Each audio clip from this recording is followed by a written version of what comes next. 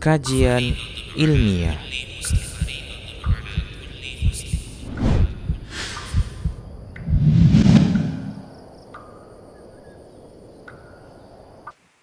Bismillahirrahmanirrahim. Assalamualaikum warahmatullahi wabarakatuh. Alhamdulillahi ala ihsani wa syukru lahu ala taufiqihi wa amtinani wa asyhadu an la ilaha illallah wahdahu la syarika lahu ta'ziman li sya'ni wa asyhadu anna Muhammadan abduhu wa rasuluhu da'ila ridwani. Allahumma salli alaihi wa ala alihi wa ashabihi wa ikhwani. Hadirin hadirat yang dirahmati oleh Allah Subhanahu wa taala.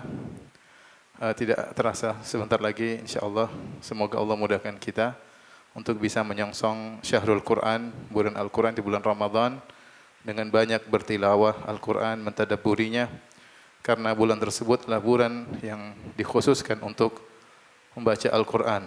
Oleh karenanya Jibril alaihissalam setiap bulan Ramadan datang kemudian Nabi SAW murajaah Quran dengan Jibril alaihissalam pada bulan Ramadan. Dan di Ramadan terakhir sebelum Rasulullah SAW meninggal, sampai Jibril datang 2 kali, yaitu menghatamkan bersama Nabi 2 kali, ya, sebagai pertanda bahwasanya Nabi SAW akan meninggal dunia. Dan demikianlah diikuti oleh para ulama. Kalau sudah datang bulan Ramadan, maka banyak di antara mereka yang menghentikan majelis ilmu mereka untuk fokus baca Al-Quran. Di antaranya Imam Malik, Al-Imam Malik rahimahullahu ta'ala, yang selalu menyampaikan majelis hadis di Masjid An-Nabawi. Ketika datang bulan Ramadan, maka beliau menutup majelis beliau fa'aqbal al-Quran, maka beliau pun fokus untuk membaca Al-Quran. Dan demikianlah para ulama yang lain, seperti diriwayatkan Al-Imam Syafi'i rahimahullahu ta'ala, di bulan Ramadan setiap hari beliau menghatamkan Quran 2 kali, ya. Dan demikian juga ulama-ulama yang lain. Ini tidak lain menunjukkan bahwasanya bulan Ramadan adalah bulan khusus untuk kita lebih tadabbur dan membaca Al-Quran. Oleh karenanya, pada kesempatan kali ini kita akan membahas tentang keagungan Al-Quran agar kita lebih semangat untuk membaca Al-Quran dan mentadabburi ayat-ayatnya, ya. Sungguhnya tidak semua orang bersemangat untuk membaca Al-Quran. Bahkan Allah berfirman, wa qala ar-rasulu ya rabbi inna qaumi ittakhadhu hadzal qur'ana mahjura. Allah mengatakan dalam surat Al-Furqan, berkata sang Rasul, dia mengeluh kepada Allah dengan berkata, ya Rabbi, ya Rabbku, inna qaumi ittakhadhu hadzal qur'ana mahjura. Ya Rabbku, sungguhnya kaumku telah menjadikan Al-Quran mahjur. Mahjur itu ditinggalkan, tidak dipedulikan, tidak diamalkan. Dan ini salah satu keluhan yang dikeluhkan oleh Rasulullah SAW kepada Rabbul Alamin. Akan ada dari kaumnya yang tidak peduli dengan Al-Quranul Karim, padahal Al-Quranul Karim adalah nikmat yang begitu agung yang Allah turunkan kepada hamba-hambanya.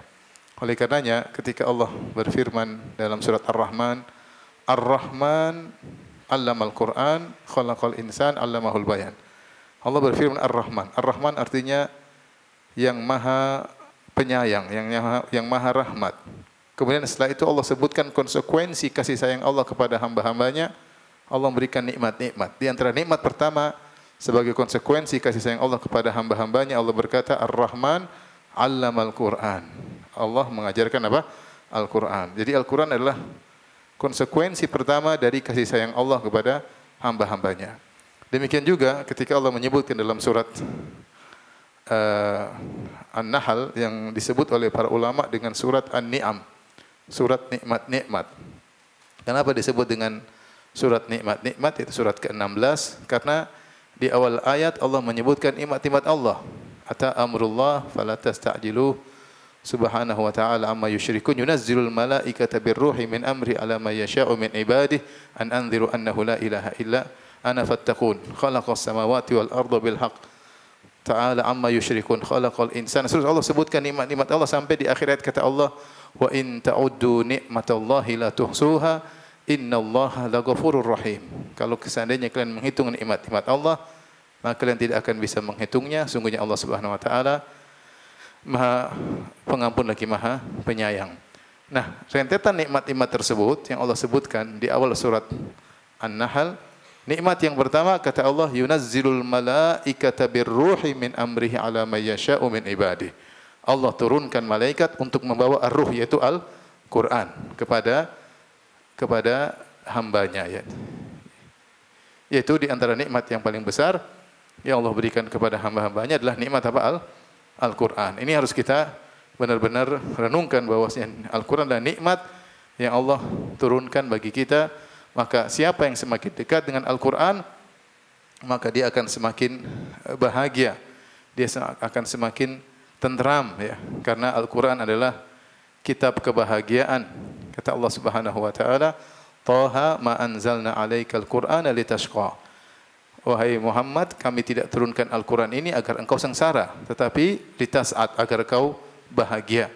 Semakin orang dekat dengan Al-Quran, dia akan semakin bahagia. Allah Subhanahu wa taala berfirman, "Wa nunazzilu minal Qur'ani ma huwa shifaa'u wa rahmatul lil mu'minin." Kami turunkan Al-Quran yang merupakan obat bagi kaum mukmin dan rahmat, adalah rahmat Allah bagi kaum mukminin. Allah berfirman, "Inna hadzal Qur'ana yahdi lillati hi aqwam." Sungguhnya Al-Quran ini kami turunkan, yahdi Al-Quran, inna hadzal Qur'ana yahdi lillati hi aqwam, memberi petunjuk kepada jalan yang terbaik. Allah tidak mengatakan ini Quran kami turunkan kepada jalan yang baik, tapi Allah mengatakan yahdi lillati hiya aqwam. Al-Quran menunjukkan kepada jalan yang terbaik. Oleh karenanya siapa yang ingin mendapat petunjuk yang terbaik dalam segala hal, maka pelajarilah apa? Al-Quran. Dalam kehidupan rumah tangganya, dalam ekonominya, dalam bertetangga, dalam berinteraksi dengan orang tua, dalam berinteraksi dengan lika-liku kehidupan. Petunjuk yang terbaik dalam Al-Quran. Allah yang mengatakan, "Inna hadzal Qur'ana yahdi lillati hi aqwam." Al-Quran beri petunjuk kepada yang terbaik. Namun masalahnya, orang-orang meninggalkan Al-Quran. Mereka mencari solusi dari jalan-jalan selain Al-Quranul Karim, sehingga mereka tidak mendapatkan jalan yang terbaik. Ikhwan dan akhwat yang dirahmati Allah Subhanahu wa taala, maka pada kesempatan kali ini kita akan bahas tentang keagungan Al-Quran, ya, tentang azamatul Quran, dahsyatnya Al-Quran. Tentunya di antara hal yang menunjukkan Al-Quran adalah sangat dahsyat, sangat agung, Al-Quran adalah kalamullah. Dia adalah firman apa? Allah, ya. Tentu tidak sama antara perkataan orang biasa dengan perkataan penguasa misalnya, tidak sama perkataan orang yang tidak terpelajar dengan orang yang terpelajar, ya. Ketika kita membaca suatu tulisan, kemudian tulisan tersebut ditulis oleh seorang yang terpelajar, yang memiliki ilmu yang tinggi, kita akan tahu sentuhannya berbeda, susunannya berbeda. Tidak sama dengan mungkin orang di jalan yang berbicara ketika membuat rangkaian tulisan. Orang di jalan ini kalau disuruh bikin rangkaian seperti orang yang alim tadi, dia tidak bakalan mampu. Padahal sama-sama bisa bahasa Indonesia, misalnya. Kenapa? Karena yang ini yang nulis adalah orang yang alim. Sementara yang ini orang tidak punya ilmu, sehingga tentu susunan katanya, tujuannya, rentetannya, urutannya tidak akan sama dengan orang yang alim. Ketika orang alim berbicara, maka dia akan nyusunkan kata-kata yang terbaik, dengan susunan, dengan terarah, dengan tujuan yang dia inginkan. Itu kalau kita bicara manusia.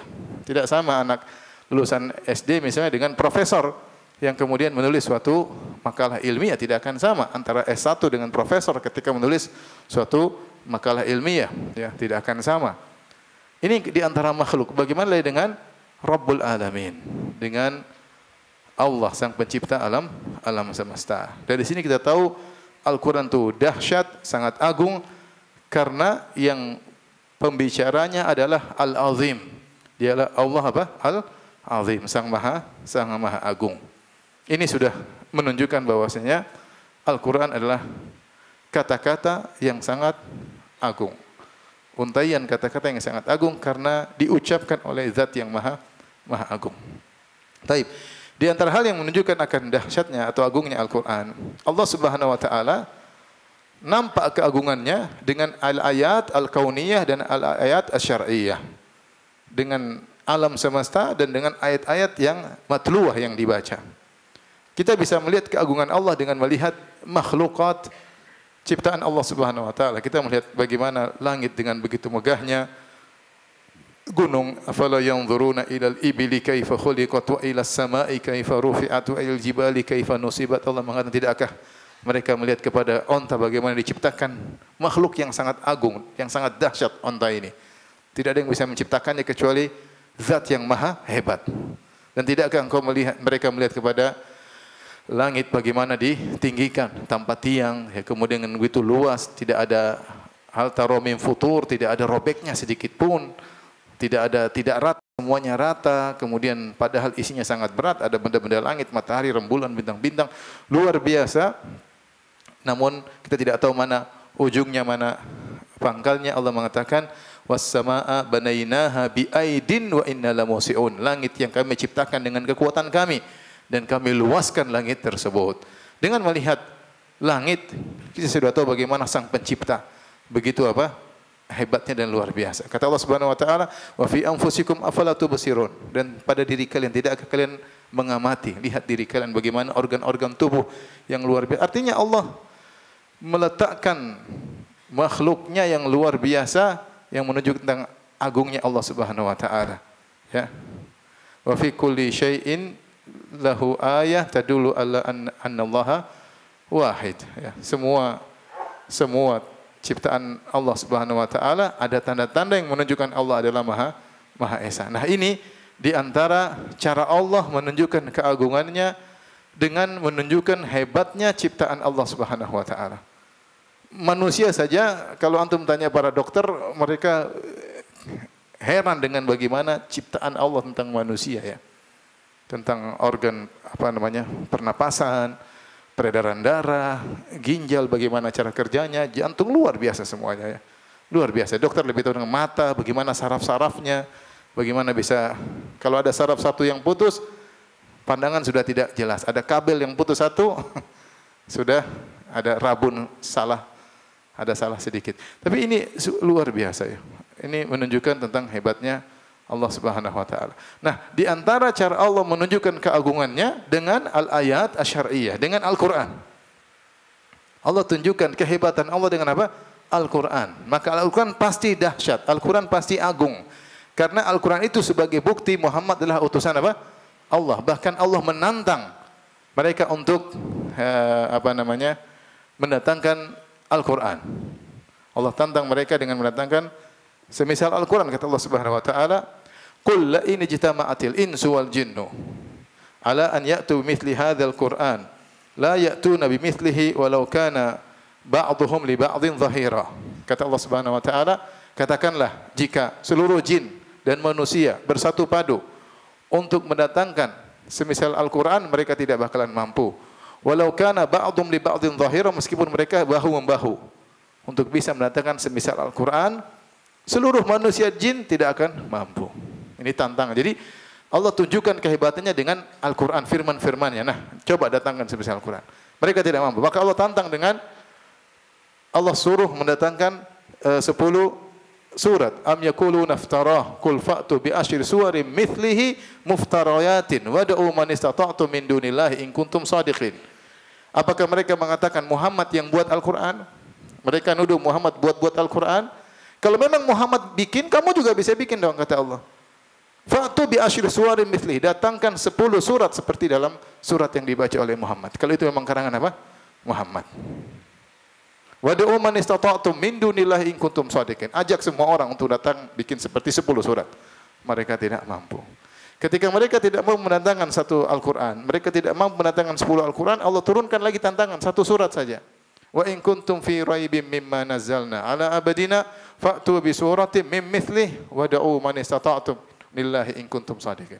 Kalau kalian ragu tentang apa yang kami turunkan kepada hamba kami, itu Al-Quran, maka datanglah satu surat semisal dalam apa? Al-Quran. Mereka tidak bakalan mampu. Maka secara logika sudah pasti Al-Quran adalah dahsyat karena Allah menunjukkan keagungannya dari ayat-ayat al-matluwah. Jadi tanda-tanda keagungan Allah ada 2. Ada ayat-ayat al-kauniyah yang kita lihat, ya, alam semesta, makhluk, dan ada ayat-ayat syar'iyah yang juga menunjukkan keagungan apa? Allah. Sebagaimana kita merasa dahsyat melihat langit, rembulan, matahari, makhluk yang Allah ciptakan, bagaimana keteraturannya, maka kita juga akan kagum ketika membaca firman-firman Allah Subhanahu wa taala yang Allah menjadikan firman-firmannya tadi sebagai tanda keagungannya. Taib, ikhwan dan akhwat yang dirahmati Allah Subhanahu wa taala,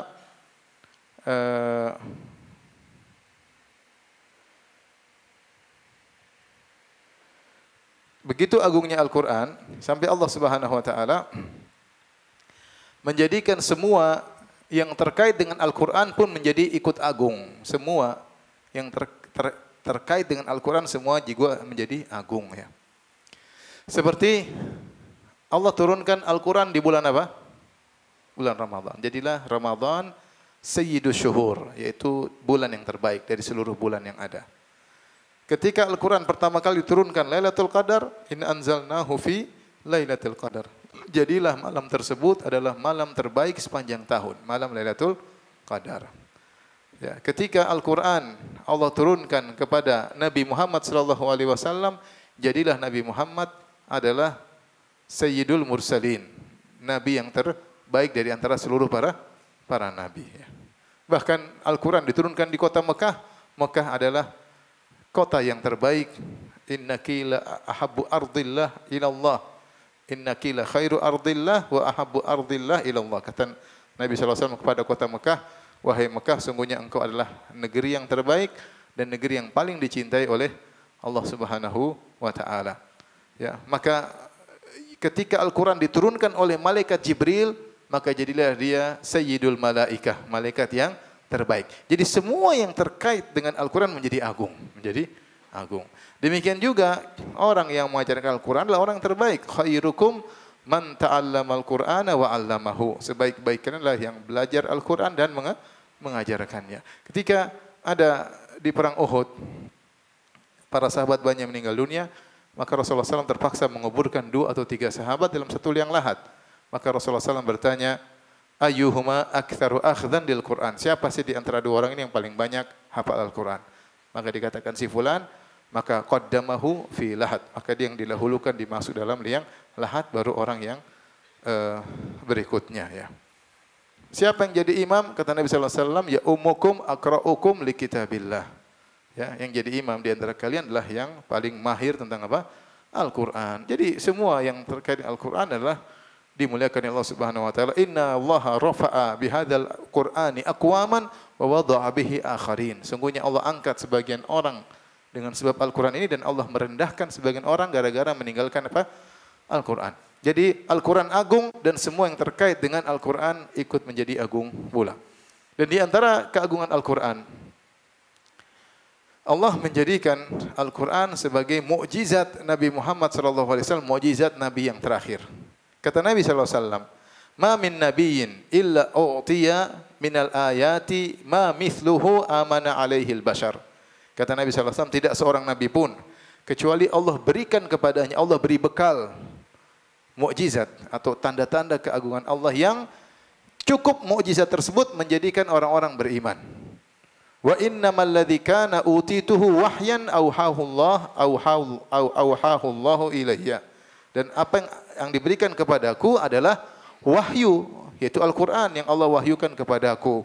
Wa arju an akuna aktsara tabi'an, ya, dan aku berharap aku adalah nabi yang paling banyak pengikutnya yaumal qiyamah, pada hari kiamat. Ana aktsarahum tabi'an yaumal qiyamah. Aku berharap aku adalah nabi yang paling banyak pengikutnya pada hari kiamat kelak.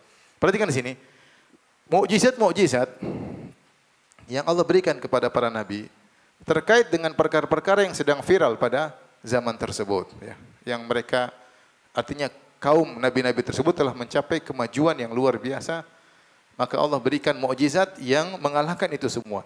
Ketika di zaman Nabi Isa alaihissalam lagi viral tentang pengobatan, banyak orang hebat dalam mengobati penyakit-penyakit, maka Allah berikan kepada Nabi Isa, ya, bukan pengobatan tapi menyembuhkan langsung yang tidak mungkin mereka, para ahli, para tabib di zaman tersebut bisa menyembuhkan, yaitu penyakit buta. Enggak ada yang bisa menyembuhkan penyakit buta. Nabi Isa bisa menyembuhkan orang buta. Mereka juga tidak bisa menyembuhkan ketika itu penyakit sopak. Nabi Isa bisa menyembuhkan penyakit apa? Sopak. Bahkan orang yang meninggal bisa hidup kembali dengan doanya Nabi Isa alaihissalam.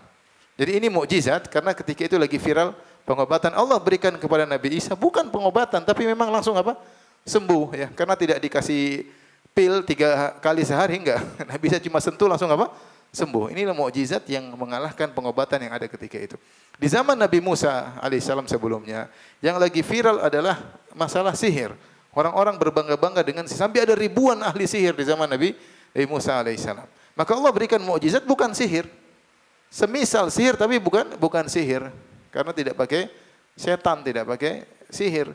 Maka Nabi Musa melemparkan tongkatnya langsung menjadi ular yang sungguh nyata, bukan ular-ularan, bukan halusinasi, bukan tipuan mata, tapi benar ular dari zat kayu, tongkat berubah menjadi zat hewan, ular beneran kemudian memakan ular-ular buatan-buatan tersebut.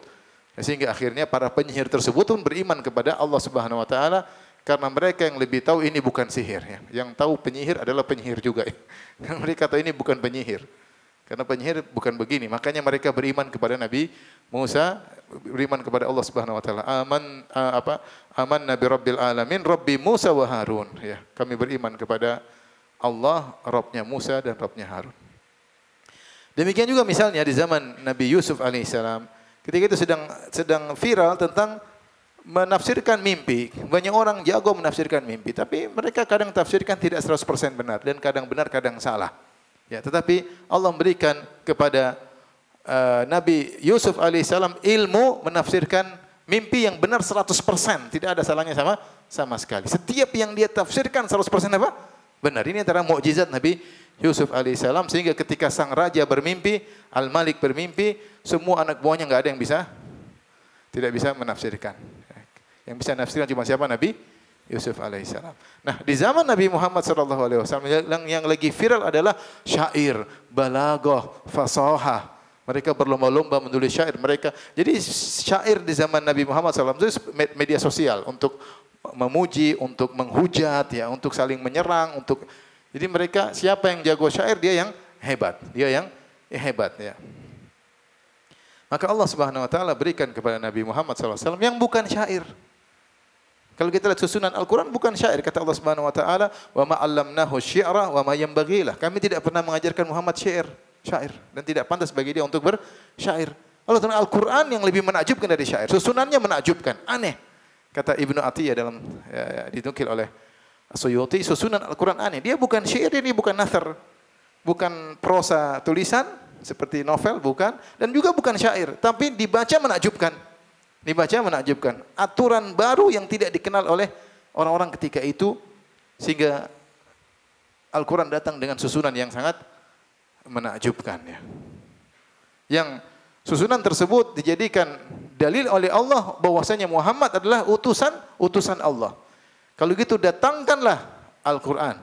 Semisal ini, kalian kan jago bahasa Arab, kalian fusaha, kalian fasih, kalian jago balaghah, datangkan semisal Al-Quran dan ternyata tidak ada yang bisa mendatangkan semisal Al-Quran. Nah, mukjizat Al-Quran ini berbeda, subhanallah, berbeda dengan mukjizat nabi-nabi sebelumnya. Mukjizat nabi-nabi sebelumnya hanya bisa dilihat oleh orang yang hadir ketika itu. Yang bisa lihat Nabi Isa menyembuhkan orang buta, menghidupkan orang mati siapa? Kita bisa lihat? Enggak bisa, belum ada yang YouTube-kan ketika itu. Belum ada yang syuting ketika itu. Nabi Musa alaihissalam tongkatnya jadi ular. Siapa yang lihat? Kita nggak bisa lihat. Yang lihat ketika di situ. Yang lihat Nabi Musa alaihissalam pukul tongkatnya kemudian laut terbelah. Yang bisa lihat yang hadir ketika itu. Yang tidak ada. Nabi Yusuf ya lihat semuanya. Ontanya Nabi Saleh yang lihat orang-orang ketika itu. Tapi mukjizat Al-Quran bisa dilihat sampai hari kiamat. Jadi Allah Subhanahu wa taala dengan hikmahnya memilihkan mukjizat bagi Nabi yang terakhir dengan mukjizat yang khalidah, yang abadi. Yang bisa dilihat oleh siapa saja dari masa ke masa. Ya.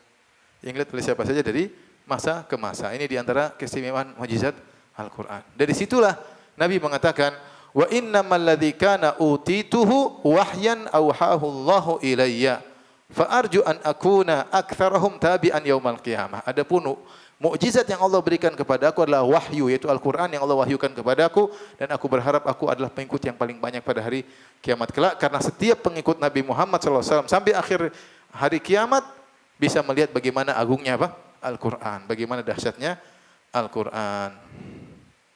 Taib. Itulah ya mukaddimah tentang dahsyatnya atau agungnya Al-Quran, dan di antara hal-hal yang menunjukkan tentang agungnya Al-Quran selain apa yang kita sebutkan tadi adalah i'jazul Quran, yaitu mukjizat-mukjizat yang terkandung dalam Al-Quran itu sendiri. Al-Quran secara adalah mukjizat. Kandungan mukjizatnya apa saja banyak sekali. Banyak sekali ya.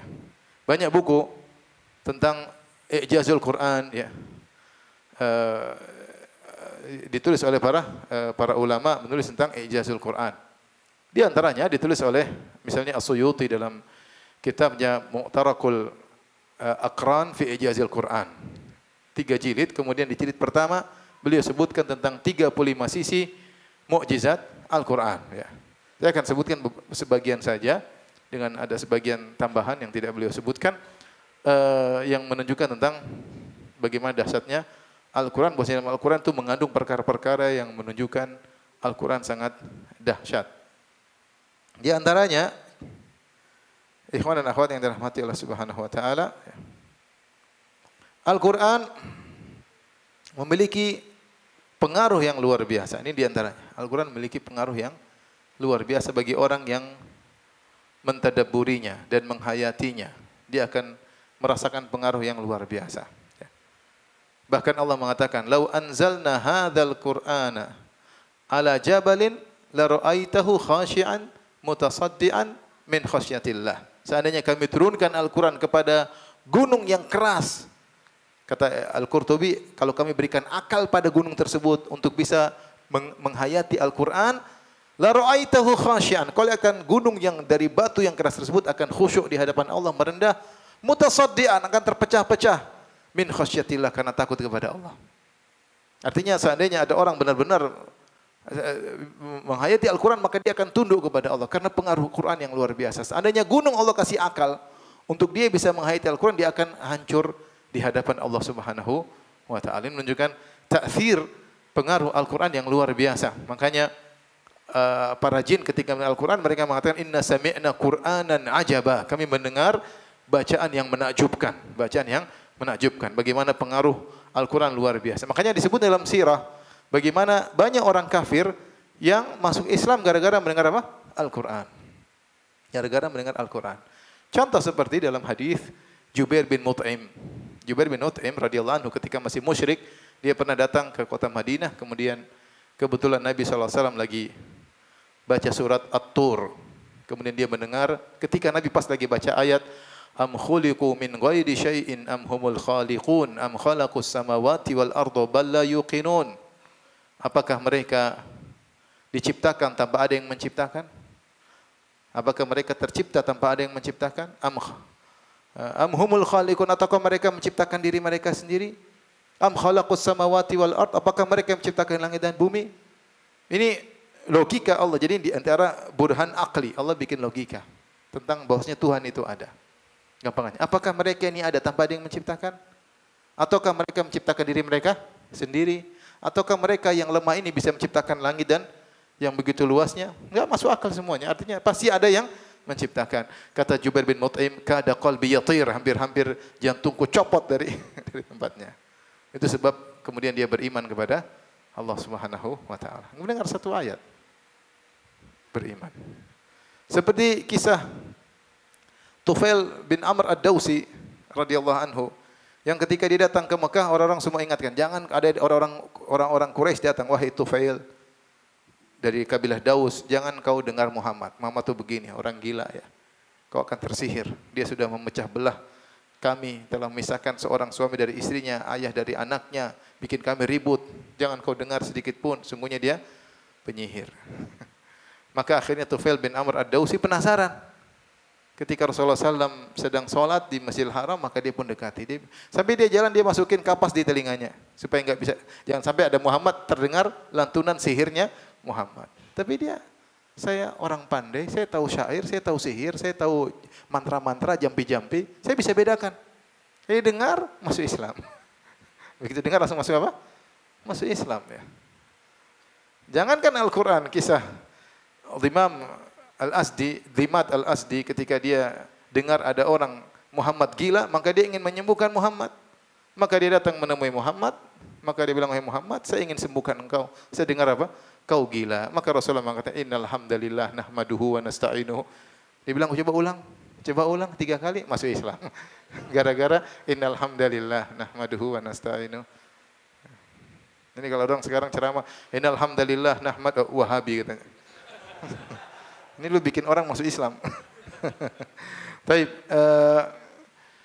di antaranya seperti yang masuk Islam seperti riwayat dari Umar bin Khattab. Riwayatnya khilaf di kalangan para ulama.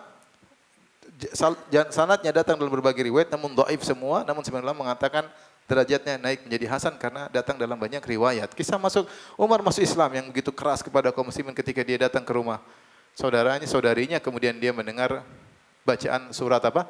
Toha ma anzalna, akhirnya dia pun masuk Islam gara-gara mendengarkan lantunan Al-Qur'an. Demikian juga An-Najasyi, ketika An-Najasyi diprovokasi oleh Amr bin Al-As radhiyallahu anhu ketika itu masih kafir, mengatakan ini mereka pengikut Muhammad itu begini, kata Najasyi, panggil mereka. Kemudian kata Amr bin Al-As, sungguhnya mereka telah berbicara tentang Tuhan kalian, tentang Nabi Isa dengan perkataan yang mengerikan. Coba suruh tanya mereka tentang keyakinan mereka tentang Nabi Isa, tentang Isa.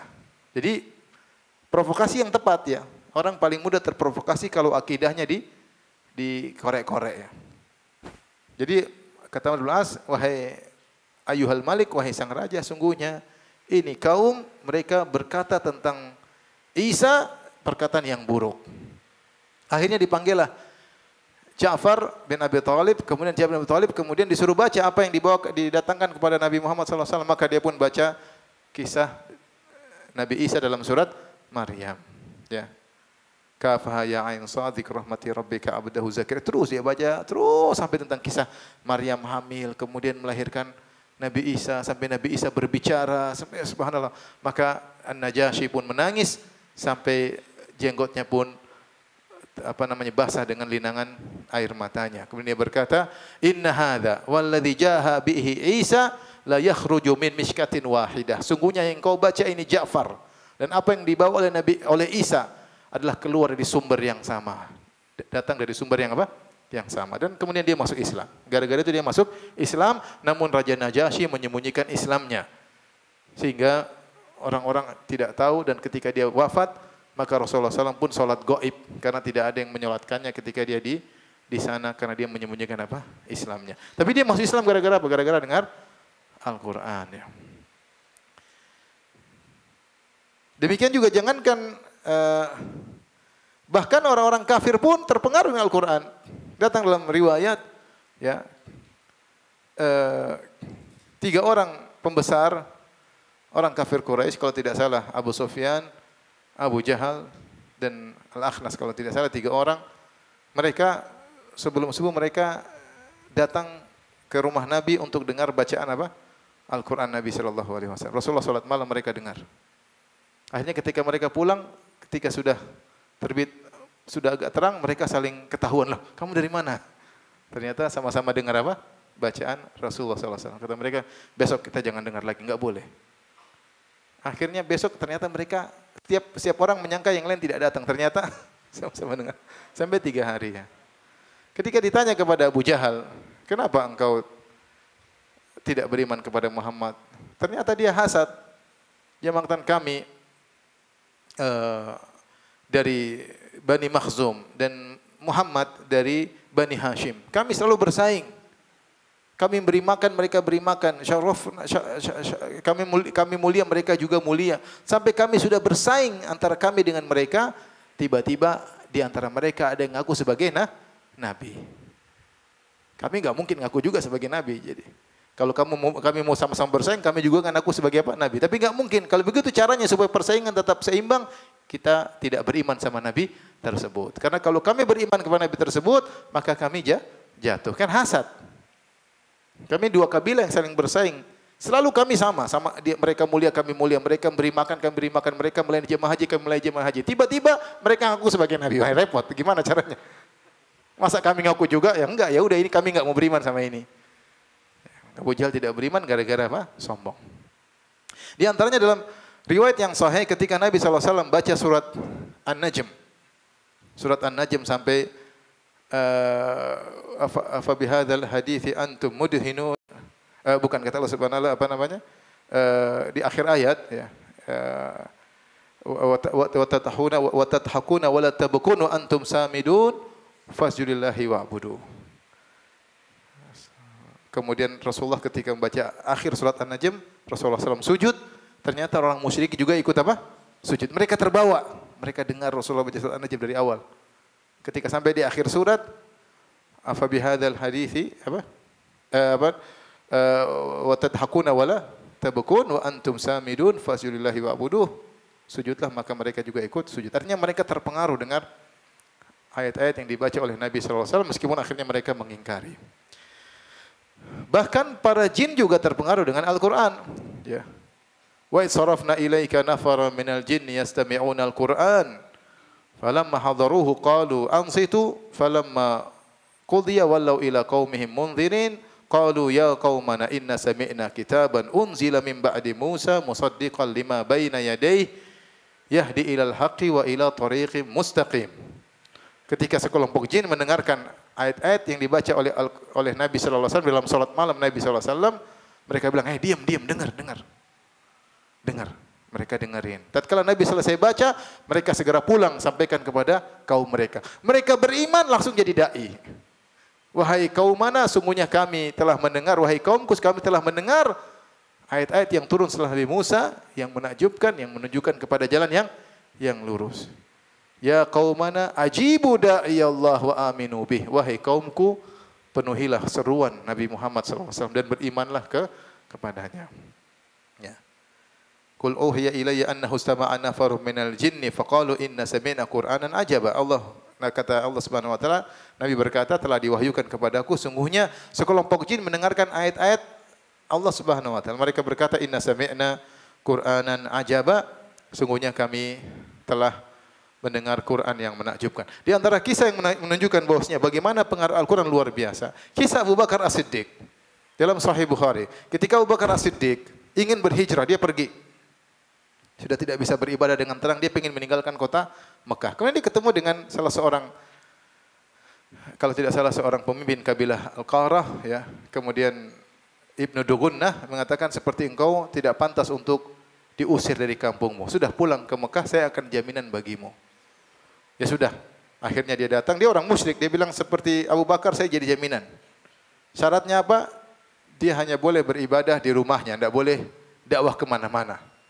Akhirnya Abu Bakar As-Siddiq pun nurut, maka dia pun tidak keluar rumah, dia sholat di rumah, tapi dia sholat di pelataran. Sholat pelataran, dia sholat dengan suara keras, akhirnya ibu-ibu orang-orang kafir pada datang, anak-anak pada datang dengerin. Dengerin siapa? Abu Bakar baca Al-Quran. Sampai akhirnya orang-orang Quraisy pun bilang Abu Bakar jangan baca di luar, suruh masuk. Istri-istri kami pada ikut apa? Dengerin. Ini pengaruh luar biasa. Tapi azan dulu.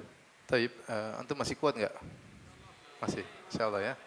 Saya yang enggak kuat. Taib, kita lanjutkan.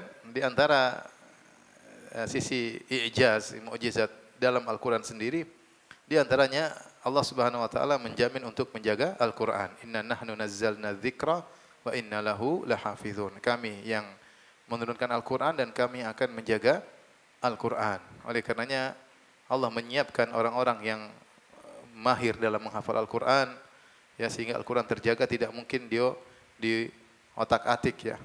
Ya, wa innahu lakitabun aziz, ya.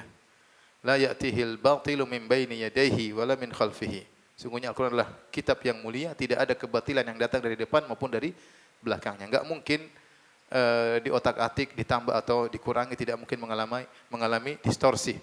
Padahal kita tahu dalam banyak zaman, dalam banyak masa, orang-orang non-muslim, orang kafir yang menguasai kaum muslimin.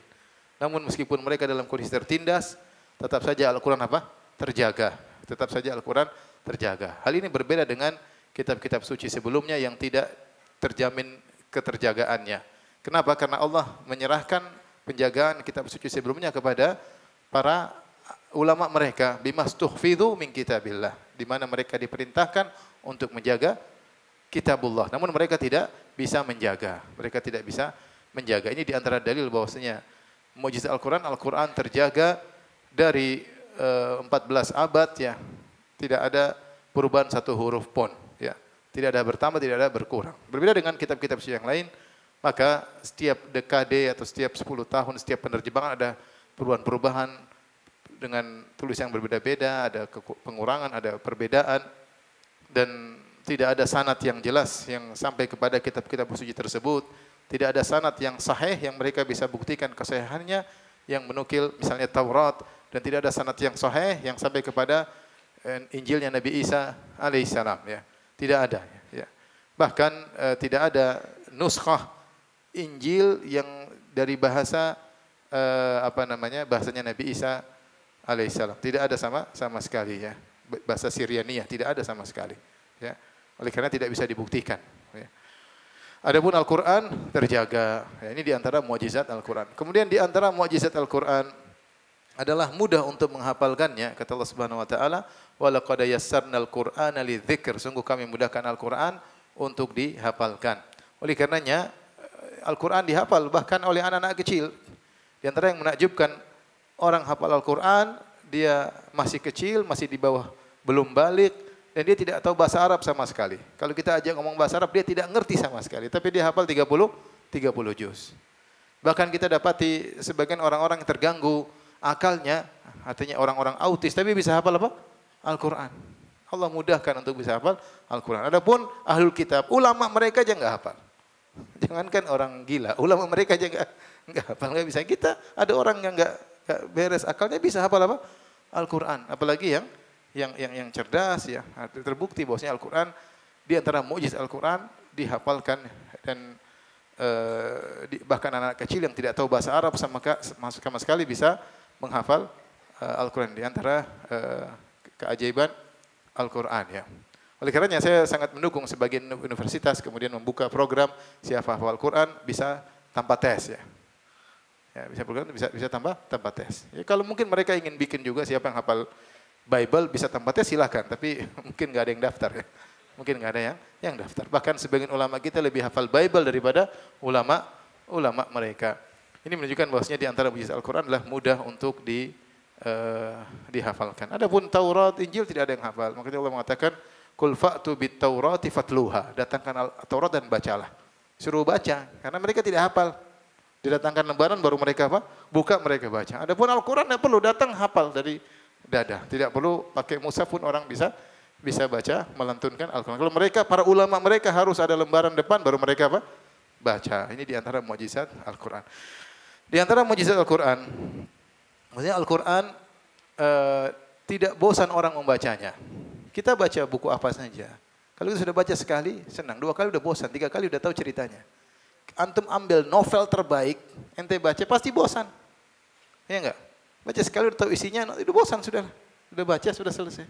Al-Quran ente sudah tahu isinya, ente sudah hafal, ente baca-baca, ente enggak bosan-bosan. Baca surat Yusuf, hafal sudah. Ente hafal, baca 100 kali pun tidak bosan. Setiap ente baca ada saja Allah beri ilmu tafsir baru. Subhanallah, ada Allah buka ilmu sedikit, Allah buka ilmu sedikit. Kita baca buku tafsir, ada lagi yang kita belum tahu. Saya sudah berapa kali ceramah tentang kisah Nabi Yusuf dari surat Yusuf.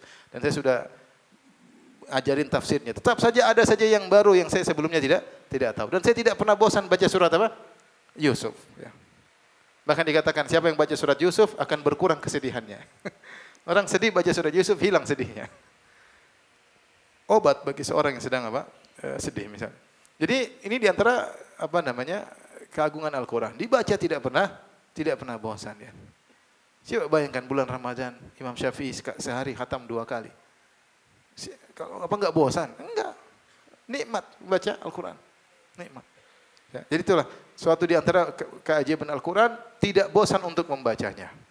Terutama bagi orang yang memahaminya, yang mengerti, tidak akan bosan. Yang bosan biasanya yang tidak ngerti isinya. Tidak bosan, mungkin tidak tahu isinya. Kalau tahu isinya, tahu kandungannya, tidak bakalan bosan. Menakjubkan Al-Quran itu.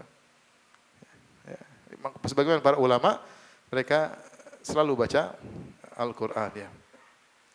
Saya pernah ada ikut waktu kita Lebaran di Madinah, kemudian kumpul hari kedua kalau tidak salah, kumpul semua mahasiswa, kemudian pihak universitas mengundang imam-imam Masjid Nabawi. Di antaranya diundanglah Syekh Abdul Muhsin Al-Qasim.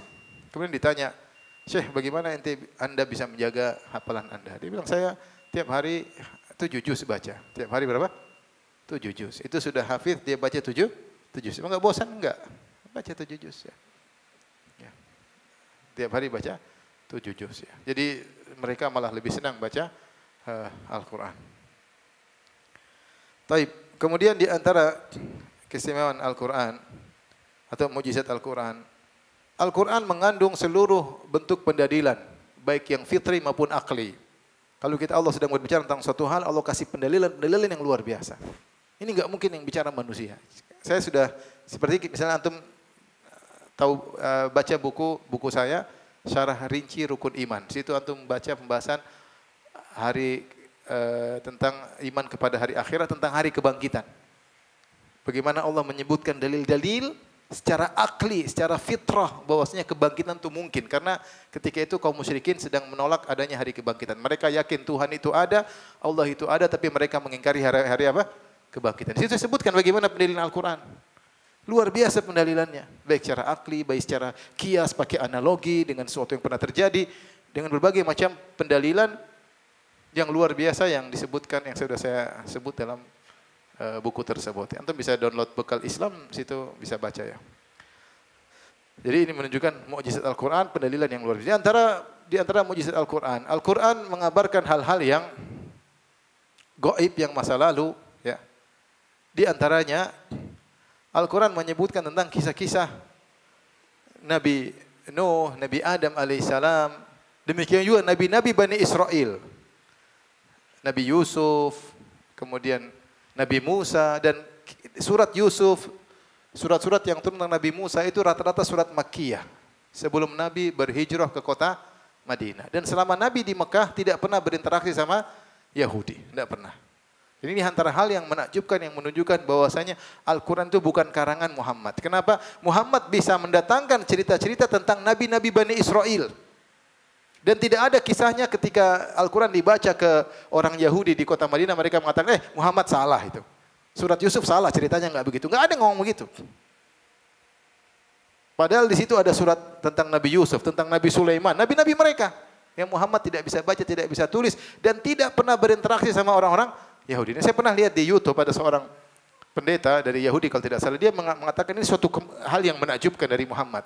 Dia tinggal di Mekah, dia tidak bisa baca, tidak bisa tulis, dan tidak pernah berinteraksi dengan orang Yahudi Nasrani. Tapi dia bisa bercerita tentang kisah-kisah Nabi-Nabi Bani Israel dengan detail yang terkadang tidak ada dalam Taurat dan Injil. Ini antara mukjizat. Kemudian juga di antaranya yang disebutkan oleh Tahir bin Ashur tentang bagaimana detailnya Al-Quran. Ketika Al-Quran menyebutkan tentang kisah Nabi Yusuf alaihissalam, Al-Quran mengatakan wa qala al-maliku, berkata sang raja. Al-Quran menggunakan kata al-malik, sang raja. Tetapi ketika Al-Quran berbicara tentang Nabi Musa, raja di zaman Nabi Musa, Al-Quran namakan dengan Fir'aun. Ini diteliti oleh Tahir bin Ashur. Kenapa? Padahal sama-sama di Mesir. Kenapa ketika di zaman Nabi Musa Allah menggunakan kata al-malik, sang raja, ketika di zaman Nabi Musa jauh setelah Nabi Yusuf. Ada yang mengatakan 200 tahun, ada yang mengatakan 400 tahun, ada yang mengatakan 100 tahun lebih. Ketika zaman Nabi Musa Allah menggunakan kata Fir'aun, qala Fir'aun. Kali ini wa qala al-malik. Nabi Yusuf berkata sang raja. Adapun di Bible disebut juga Fir'aun, di zaman Nabi Yusuf disebut apa? Fir'aun. Baik zaman Nabi Musa maupun Nabi Yusuf disebut apa? Fir'aun. Di Al-Quran dibedakan. Ternyata setelah diteliti, ternyata di zaman Nabi Yusuf yang menguasai Mesir bukan suku Akbat, bukan suku Fir'aun. Ada namanya suku Heksos. Suku Heksos tersebut penguasa mereka dipanggil raja. Adapun suku Akbat, penguasa mereka dipanggil dengan apa? Fir'aun. Jadi Al-Quran tidak salah dalam menyampaikan apa? Sejarah. Dia bedakan. Zaman Nabi Yusuf beda, penguasanya dari suku berbeda dengan yang di zaman penguasa di zaman Nabi Musa. Ini di antara mukjizat. Nabi Muhammad mana tahu cerita itu dari mana? Kalau bukan Allah yang kasih tahu. Di antaranya Al-Quran juga berbicara tentang masa depan yang artinya tidak terbukti masa depan tersebut. Seperti Allah mengatakan tentang dalam surat Ar-Rum, "Gulibatir Rum fi adnal ardi wa hum min ba'di ghalabihim sayaghlibun fi bid'i sinin."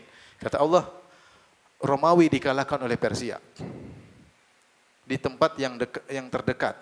Ada yang mengatakan yaitu di Yordan. Kemudian kata Allah, wa hum min ba'di ghalabihim sayaglibun. Mereka kalah, Nabi mereka akan menang. Romawi akan balik mengalahkan Persia. Fi bid'i sinin, dalam beberapa tahun, yaitu kurang dari 9 tahun. 9 tahun. Ternyata benar, setelah 7 tahun berikutnya Romawi mengalahkan apa? Persia. Ini bicara tentang masa depan dan terjadi sesuai dengan apa? Kenyataan. Paham? Di antaranya Allah berfirman tentang Abu Lahab. Kata Allah tentang masa depan. Tabbat yada abi lahabi wa tabba. Ma aghna anhu maluhu wa ma kasaba. Sayasla naran zata lahab. Abu Lahab ini akan masuk apa? Neraka. Ini surat ini turun di awal-awal Islam. Ketika Nabi baru naik di Bukit Sofa, kemudian Nabi mengatakan, wahai kaumku, kalau aku kabarkan di balik gunung ini, ada orang-orang akan menyerang. Akuntum musaddiqiyya? Kalian akan benarkan aku, kata mereka, kami akan benarkan kau Muhammad. Ma jarabna alaika kadhiba. Kami enggak pernah tahu engkau dusta sama sekalipun, enggak pernah sekalipun dusta. Bahkan mereka menjuluki Muhammad dengan Al-Amin. Kata Nabi, fa inni nadhirul lakum baina yadi adzabin syadid. Aku ingatkan kalian di depan kalian ada azab yang pedih. Maka Abu Lahab marah, dia mengatakan, ya Muhammad, ali hadza jama'tada taballaka sa'iral yaum. Celaka engkau Muhammad. Cuma gara-gara ini kau kumpulkan kami, celaka engkau sepanjang hari. Maka turun firman Allah, tabbat yada abi lahabi wa tabba. Celaka kedua tangan siapa? Abu Lahab. Dia akan masuk neraka dengan api yang menyala-nyala. Berarti Allah mengabarkan Abu Lahab akan masuk apa? Neraka. Berarti sampai masa depan Abu Lahab akan mati dalam kondisi kafir atau tidak? Seandainya Abu Lahab masuk Islam, Quran batal sudah. Paham? Tapi Abu Lahab tidak masuk Islam dan tidak pernah pura-pura masuk Islam. Bahkan saya pernah dengar seorang wanita Nasraniyah masuk Islam gara-gara dia baca surat ini, Al-Lahab. Dia renungkan, ya benar kok ini Tuhan mengabarkan Abu Lahab akan masuk apa? Neraka. Dan benar, dia hidup, dia mati masih lama dia apa? Dan dia hidup masih lama, dia meninggal setelah perang Badar. Berarti dia masih hidup berapa tahun? Perang Badar yaitu tahun ke-15 kenabian. Kan 2 Hijriah itu tahun 15 apa? Berarti dia masih hidup 15 tahun lagi dan dia tidak beriman sama sekali. Seandainya dia beriman, Al-Quran batal atau tidak? Batal. Tapi Allah kabarkan dia bakalan kafir sampai mati dan akan masuk ke neraka, dan benar kenyataannya apa? Demikian. Di antara juga Allah berfirman dalam surat An-Nahl, wal khayla wal bighala wal hamira litarkabuha wa zinah wa yakhluqu ma la ta'lamun. Allah ciptakan kuda, kemudian himar, keledai, begal untuk kalian litarkabuha, untuk kalian naiki. Kemudian kata Allah, wa yakhluqu ma la ta'lamun. Allah ciptakan alat-alat transportasi yang kalian tidak ketahui nanti di kemudian hari. Ada enggak ada motor? Dulu zaman Nabi enggak ada apa? Motor. Tapi kalau mengatakan Allah akan menciptakan sarana-sarana transportasi di kemudian hari yang kalian tidak ketahui. Ternyata banyak sarana transportasi setelah itu. Kemudian juga banyak mujizat-mujizat seperti ketika ya ini ada buku khusus tentang namanya I'jazul Ilmi, tentang mujizat ilmiah yang ada dalam Al-Quran. Tentu kalau kita bahas satu persatu sangat panjang. Tapi ini sekilas yang saya sebutkan tentang mujizat Al-Quranul Karim. Di antaranya juga tentang kaitannya ayat per ayat, ayat satu dengan ayat sebelumnya dan ayat sesudahnya. Demikian surat yang satu dengan surat sebelumnya dengan surat sesudahnya. Sampai ditulislah buku tentang ini, misalnya dalam Nadhmud Durar karangan Al-Biqai, Fitanasubil Ayyi wal Suwar. Dia menulis tentang bagaimana kaitan ayat satu dengan sebelumnya dan sudahnya. Jadi Al-Quran tersusun tidak sembarangan. Setiap ayat punya kaitan dengan sebelumnya dan sesudahnya. Surat pun demikian. Terkait dengan surat sebelumnya dan surat apa? Sesudahnya. Intinya, ikhwan dan akhwat yang rahmatillah subhanahu wa ta'ala, kalau antum punya kemampuan untuk semangat baca, silakan baca buku-buku tentang I'jazul Quran. Situ antum lihat akan dahsyatnya Al-Quran. Seperti contohnya kitab Mu'tarakul Aqran karya As-Suyuti. Beliau menyebutkan 35 sisi mukjizat Al-Quran. Nah, kalau kita tahu Al-Quran ini dahsyat, terus apa yang harus kita lakukan? Tentunya kita harus dekat-dekat dengan Al-Quran, harus sering baca Al-Quran. Ya, karena manusia terhadap Al-Quran berbeda-beda. Ada yang baca Al-Quran cuma ketika sholat saja. Kamu sudah baca Quran? Sudah. Baca apa? 3 kul. Kapan? Sholat subuh 3 kul. Dia baca Quran ketika sholat. Al-Fatihah selalu baca ya. Sehari 17 kali saya baca. Ya karena memang sholat wajib. Dia baca Quran kalau sholat saja. Ini tentunya sangat jauh dari yang seharusnya. Yang kedua, ada yang baca Quran hanya bulan Ramadan saja. Ya. Kalau setelah bulan Ramadan mereka tidak baca Al-Quran. Kata para salaf, bi'sal qaum la ya'rifuna rabbahum illa fi Ramadan. Sungguh Celaka suatu kaum yang tidak mengenal Rabb mereka kecuali bulan apa? Ramadan. Kata sebagian salaf, la takun ramadhaniyan. Jangan kau menjadi ramadhani. Apa itu ramadhani? Yang tahu Allah cuma bulan apa? Ramadan. Sembahlah Allah di bulan Ramadan dan juga di bulan-bulan yang lainnya. Ada yang baca Al-Quran kalau sesempatnya baru baca Al-Quran. Ini juga tidak benar. Al-Quran bukan sesempatnya. Harus ada mengkhususkan waktu untuk kita baca Al-Quran. Seorang yang mengagungkan Al-Quran harusnya dia sisihkan waktu. Sehari saya baca sekian halaman, satu juskah, setengah juskah, tapi dia menyisihkan waktu. Bukan kalau lagi sempat, kalau lagi enggak. Tapi memang dia menyiapkan waktu, mengkondisikan diri untuk baca Al-Quran setiap hari. Dan sungguhnya di antara wasilah untuk bisa kokoh di atas agama yang benar di tengah fitnah yang begitu banyak dengan baca Al-Quran. Ya. Wa idza tuliyat alaihim ayatuhu zadathum imana. Dan mereka orang beriman kalau dibacakan ayat-ayat Allah maka bertambahlah keimanan mereka. Bertambah keimanan mereka. Itu baru dengar, apalagi kalau mereka baca sendiri. Maka kalau seorang baca Al-Quran dengan tadabbur, satu ayat dia baca, dia renungkan maknanya, ini benar-benar menambah charger iman begitu cepat. Maka ikhwan dan akhwat, sebentar lagi bulan Ramadan, jangan sia-siakan waktu. Saya kasih ide saja, coba Ramadan ini khatam baca juz amma misalnya, dengan terjemahan dan tafsirnya. Insya Allah ada tambahan apa? Keimanan. Ada tambahan keimanan. Wallahu alam bisawab, tentunya masih banyak pembahasan, tapi ini cukup insyaallah yang bisa sampaikan. Kurang lebih mohon maaf. Ada yang bertanya atau tidak? Tidak ada kan?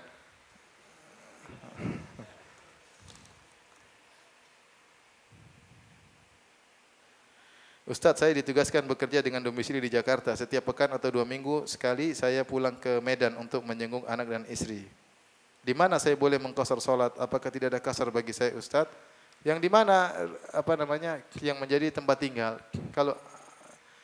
Kalau rumah anak istri di Medan berarti tinggalnya di Medan. Berarti kalau dia keluar dari Medan berarti dia sedang apa? Musafir. Nah, masalah musafir berapa lama dia bisa mengqasar itu masalah khilaf yang kuat di kalangan para ulama. Jumhur ulama berpendapat jika seorang keluar dari negerinya pergi ke tempat yang lain, kota yang lain, dan dia akan menetap di kota tersebut lebih dari 4 hari, yaitu lebih dari 20 kali sholat wajib, karena satu hari 5 sholat wajib, saya akan tinggal di situ lebih dari 5 hari, lebih dari 4 hari, maka sejak begitu sampai dia langsung mukim. Adapun perjalanan dia dari Medan ke Jakarta, dia di bandara, kemudian itu semua dia musafir. Tapi kalau misalnya jalan darat, semua dia yang ditempuh, dia musafir karena dia berpindah-pindah. Meskipun dia jalan sebulan selama dia tidak menetap, dia tetap apa? Musafir. Kita bicara tentang tempat yang dia menetap. Nah, jumhur, mayoritas ulama berpendapat, jika dia merasa akan tinggal di tempat tersebut, menetap lebih dari 4 hari, maka begitu tiba, dia langsung sholat mukim, sholat sempurna. Tapi kalau dia tahu bahwasanya dia akan tinggal di situ kurang dari 4 hari, cuma 3 hari atau 19 kali sholat, maka dia sholatnya sholat musafir. Atau dia tidak tahu kapan dia akan pulang, tugas nggak tahu berapa hari, 4 hari, dia sholat musafir. Ini pendapat mayoritas ulama. Pendapat yang lain mengatakan selama kamu masih di luar kota, kamu statusnya apa? Musafir. Kamu pulang ke rumah, kampung, itu baru tidak musafir. Selama masih di luar kota silakan qasar, silakan jamak kalau memang lagi tidak sholat di masjid, silakan karena kamu masih statusnya apa?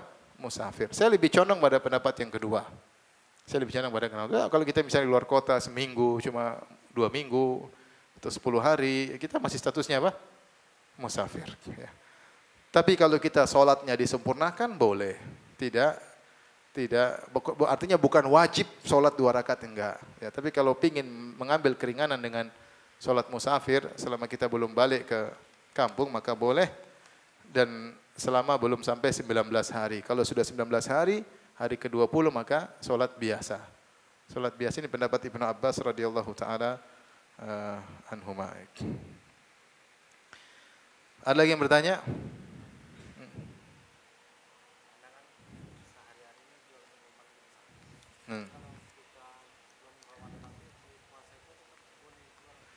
Ada yang bertanya, dia penjual minuman. Kalau bulan Ramadan, boleh nggak tetap jual minuman? Boleh, tapi menjelang buka. Jangan jual jam 12 siang. Ya.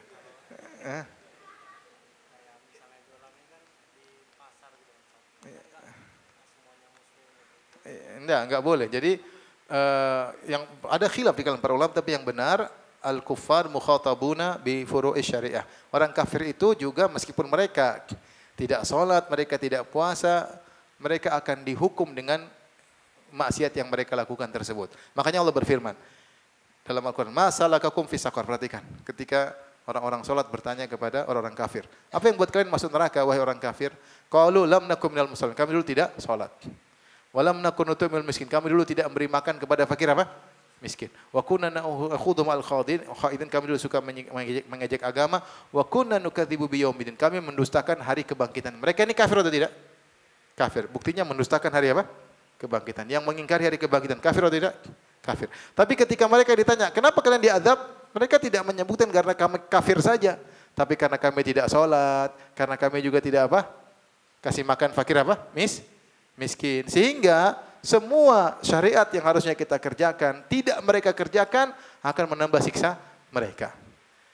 Jadi orang kafir nanti kalau disiksa di neraka, karena tidak sholat, karena tidak puasa diantaranya. Ya, karena tidak memberi makan, tidak bayar zakat. Meskipun mereka tidak bisa mengerjakan ini semua, kecuali masuk Islam dulu. Tapi ketika mereka disiksa di neraka, bukan karena kafirnya saja, tapi karena syariat yang mereka tidak apa? Kerjakan. Oleh karenanya, jangan kita bantu mereka untuk tidak puasa dengan jualan. Kamu kafir tah, ini apa? Korting 50%. Kamu kafir kan 50%? Enggak, itu berarti kita membantu dia melakukan apa? Maksiat. Memang ada khilaf, tapi ini pendapat yang lebih kuat demikian. Jadi kalau kita punya jualan makanan atau minuman di bulan Ramadan, kita boleh jual di malam hari atau menjelang berbuka atau menjelang berbuka. Ya, karena kita tidak memfasilitasi orang untuk bermaksiat. Cuma ada pesanan khusus. Pesan khusus apa? Misalnya wanita-wanita hamil dan menyusui semua pesan makanan sama antum. Boleh. Pesanan khusus karena mereka memang beruzur syar'i. Tapi kalau kita buka di pasar, kita enggak tahu kamu enggak tahu yang beli. Akhirnya kita memfasilitasi orang untuk berbuka. Bentar. Apa pertanyaan?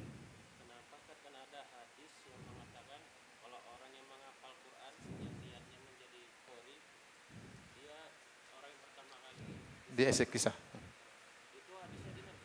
Hadisnya tentang 3 orang yang pertama kali kisah pada hari kiamat kelak, di antaranya rajulun ta'allamal Qur'an wa 'allamahu, seorang yang belajar Quran dan mengajarkannya. Dia dikisah karena dia riya. Dia belajar bukan karena Allah tapi karena apa? Riya.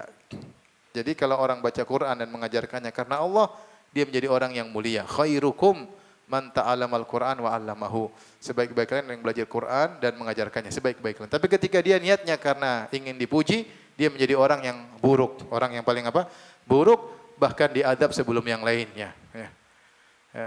Bahkan diadab sebelum yang lainnya. Di antaranya ustadz yang hafal Quran dan mengajarkannya, namun bukan karena Allah Subhanahu wa taala. Bahkan disebutkan dalam siksa kubur. Di antara siksa kubur adalah orang yang telah diajari Al-Qur'an oleh Allah, namun malam dia tidur, dia tidak murojaah, dan siang dia tidak mengamalkannya.